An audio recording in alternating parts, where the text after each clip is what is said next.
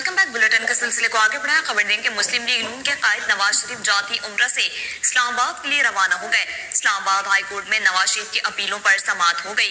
High court का 2 रुकनी bench आज अल अजीजिया और ऐवान फील्ड रेफरेंसेस में नवाज शरीफ की अपीलों की समाअत करेगा।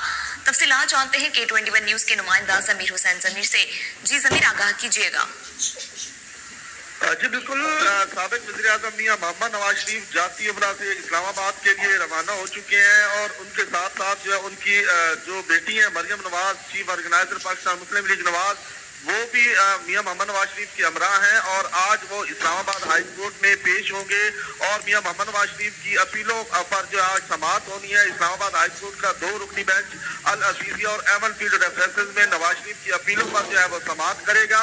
तो समाअत के बाद जो है मियां मोहम्मद नवाज शरीफ और मरियम नवाज जो मरी में जो है 3 से 4 दिन रोज तक जो है वो यहाँ क्याम करेंगे और इस क्याम के दौरान वो मुख्तलिफ मुलाकातें भी करेंगे। इस्लामाबाद और मरी में नवाज शरीफ की इत्तेहादी जमात के रहनुमाओं की मुलाकातें भी जो है वो तरतीब दी जा रही है और इसके साथ साथ नवाज शरीफ मुस्लिम लीग नून की लीगल टीम से मुलाकातें भी करेंगे और पार्टी के लीगल पार्लिमानी बोर्ड के ऐलान पर हतमी मुशावरत भी करेंगे।